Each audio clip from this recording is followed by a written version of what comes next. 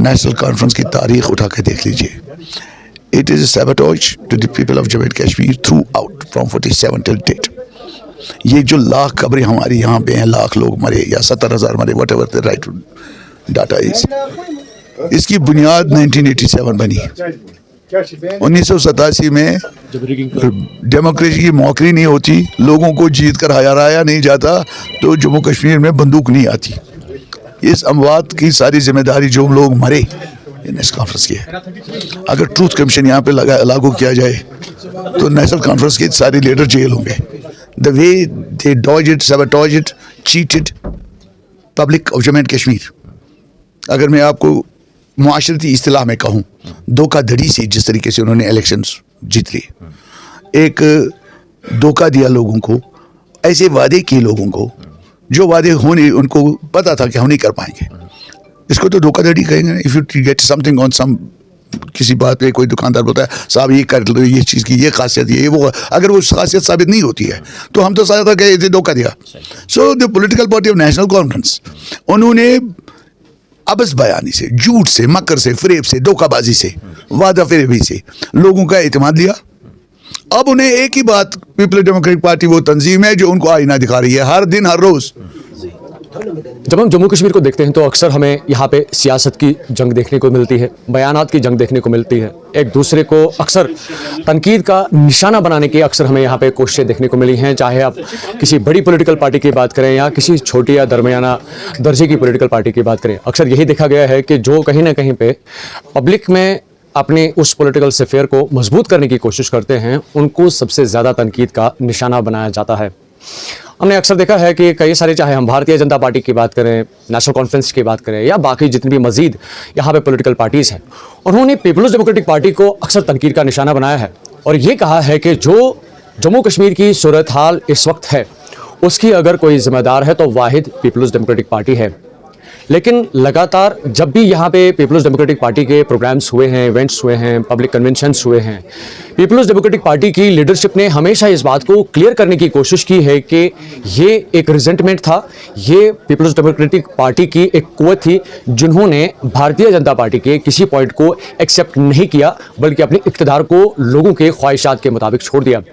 हमारे साथ peoples democratic party के जनरल सेक्रेटरी खुर्शीद आलम साहब हैं और साथ साथ ये जम्मू कश्मीर के सीनियर मोस्ट पॉलिटिकल लीडर रहे हैं जिन्होंने फ्रॉम वेरी बिगनिंग जो जम्मू कश्मीर की एक पॉलिटिकल सिचुएशन रही है उस पर इनकी हमेशा एक पकड़ रही है, नज़र रही है. खुर्शीद साहब आपका बहुत बहुत शुक्रिया हमारे इस इंटरव्यू में ज्वाइन करने के लिए. रिसेंटली हम अगर कई स्टेटमेंट्स देखें, चाहे हम नेशनल कॉन्फ्रेंस के स्पोक्स पर्सन्स की बात करें, भारतीय जनता पार्टी के स्पोक्स पर्सन्स की बात करें, अक्सर वो ये मानते हैं, भारतीय जनता पार्टी का मानना है कि पीपल्स डेमोक्रेटिक पार्टी जो है कहीं पे एग्जिस्ट नहीं करती है, 3.5 लोगों की जमात है. नेशनल कॉन्फ्रेंस की बात करते हैं तो उनका मानना है कि जो करंट सूरत हाल जम्मू कश्मीर की है उसकी वाहिद जिम्मेदार PDP है. इसके बारे में क्या कहें? देखिए, नेशनल कॉन्फ्रेंस या भारतीय जनता पार्टी, आप बजाय खुद ही बात कह चुके हैं कि सबसे ज़्यादा तनकीद जो कर रहे हैं वो इसी पार्टी की कर रहे हैं, पीपल्स डेमोक्रेटिक पार्टी की. क्यों कर रहे हैं?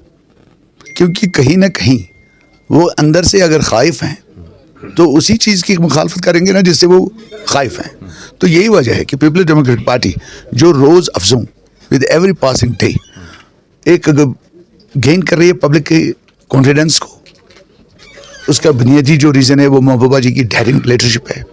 The way she talks, the way she walks, जो डेयरिंग उसके बयानात आते हैं, जो हर मामले पे जम्मू कश्मीर के लोगों के मामलात जो बनते हैं, जो सप्रेशन के ख़िलाफ़ बात कर रही है. सप्रेशन चाहे वो मीडिया के ख़िलाफ़ है, चाहे वो वकाला के ख़िलाफ़ है, चाहे वो किसी भी तबके के ख़िलाफ़ है.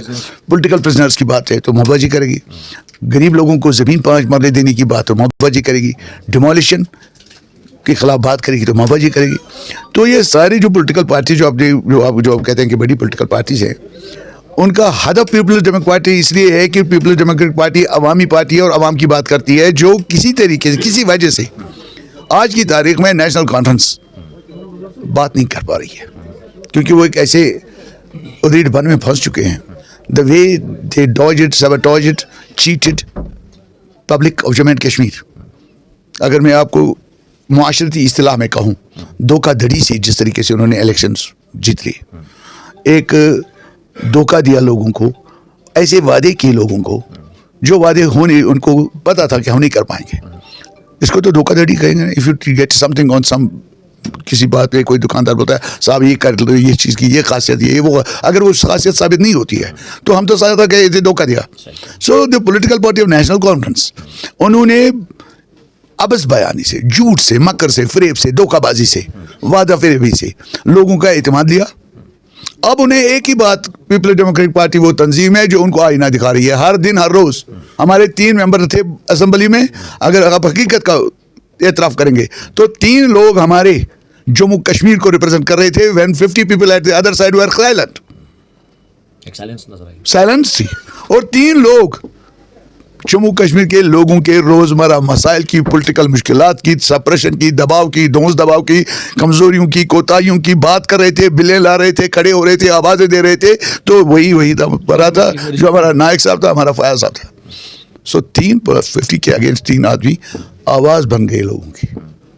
اب محبوبہ جی کی واحد آواز ہے جو آج بھی ریاست جموں کشمیر کے اصلی مسائل کی بات کری ہے. وہ آج بھی اس بات کو مانتی ہے کہ dialogue is the only way, separation will not yield anything. ایک نظریہ ہوتا ہے نا صاحب, کسی پولیٹیکل تنظیم کا کوئی نظریہ, محبوبہ جی کا ایک نظریہ ہے. وہ گورنمنٹ میں بھی تھی تب بھی, مفتی صاحب نے 2002 میں سرکار لی اس وقت بھی, ڈائلاگ, ڈگنیٹی اینڈ ڈیولپمنٹ. ایک پولیٹیکل ایلیگیشن اکثر پی ڈی پی کے حوالے سے دیکھنے کو ملتی ہیں جو یوزولی ہمیں نیشنل کانفرنس کی طرف سے دیکھنے کو ملتی ہے. ایون تو کہ کل کی اگر ہم بات کریں, کل بھی یہی اسٹیٹمنٹ ریز ہوا کہیں نہ کہیں پہ. بی جے پی کے ساتھ آدمی ہے. I am not defensive on that. میں اس میں بڑا, میرا نظریہ ایک ہے کہ مفتی صاحب نے جو فیصلہ اس وقت کیا وہ پولیٹیکلی انتہائی میچور تھا. وہ ریاست جموں کشمیر کے کل مفاد کے حق میں تھا. آپ ریاست جموں کشمیر کی جیوگرافی کو دیکھیں, اس کی ٹوپوگرافی, اس کے ہونے کو دیکھیں. کیا آپ جموں کو اگنور کر سکتے ہیں؟ The verdict of Jammu, can any political party ignore that? آج نیشنل کانفرنس کے جموں کا کوئی ممبر نہیں ہے, تو کیا مجبوری پڑی عمر عبداللہ کو جموں کا ڈپٹی سی ایم بنانے کا, جو ہمارا حصہ تھا سریندر جی. سو جموں کے ورڈکٹ کو ریسپیکٹ کرنا, ایک اس وقت کی 28 ممبر تھے ان کے, تو کشمیر میں بیٹھا ہوا کوئی اسٹیٹس مین آدمی, مفتی سعید جیسا آدمی, وہ اس کو اگنور کر سکتا تھا؟ جموں کشمیر کو 2 حصوں میں تقسیم کرنے کا ایک نظریہ پیش کرتا. So to keep Jammu and Kashmir as Jammu and Kashmir, تو ایک سیاسی مجبوری وہ تھی. دوسری, بھارتیہ جنتا پارٹی 70 سال سے اس کوشش میں رہی کہ 370 کو ختم کیا جائے.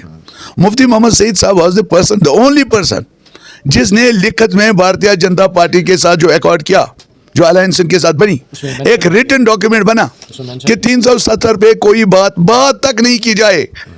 And 3 years are witness to the fact کہ 370 کے بارے میں بی جے پی کے نہ کسی چھوٹے کاریہ کرتا نے, نہ پرائم منسٹر نے, جب تک محبوبہ جی حکومت میں رہی تب تک ایک there was not a single utterance about 370. آپ کا ماننا ہے کہ پھر آپ جھکے نہیں اس لیے آپ کو توڑا گیا؟ دیکھیے, ہمارا ایک نظریہ تھا, ہمارا یہ تھا کہ جو بی جے پی ہم نے دیکھی تھی مفتی صاحب نے, واجپئی صاحب کی, جب پاکستان روڈ کھلے, جب گاڑی امن کی چلی یہاں سے وہاں, ایک نظریہ تھا کہ بی جے پی سے ہم نے, یہ وہی بی جے پی ہے. اٹس اے انفارچونیٹ تھنگ کہ بی جے پی کے آج کا جو مکٹ ہے وہ واجپئی کی لیگیسی کا نہیں ہے. It's a different person. ایک کوشش تھی کہ صاحب جموں کشمیر میں دیر پا امن کرنے کے لیے, ڈائلاگ کو شروع کرنے کے لیے, ہر سیکشن آف سوسائٹی کے ساتھ ڈائلاگ کرنے کے لیے. مفتی صاحب کا نظریہ تھا کہ بھارتیہ جنتا پارٹی کے ساتھ ایک تو ہمارا جموں کا جو فیکشن ہے وہ ہماری جو ریاست کا حصہ ہے, اس کے جو سینٹیمنٹس ہیں, ان کا جو ورڈکٹ ہے وہ انٹیکٹ ہے, اس کا ادر ہو. اس کی دوسرا, ایک بہت بڑی آرگنائزیشن جن کا ایک تجربہ ہمارے پاس تھا واجپئی صاحب کا.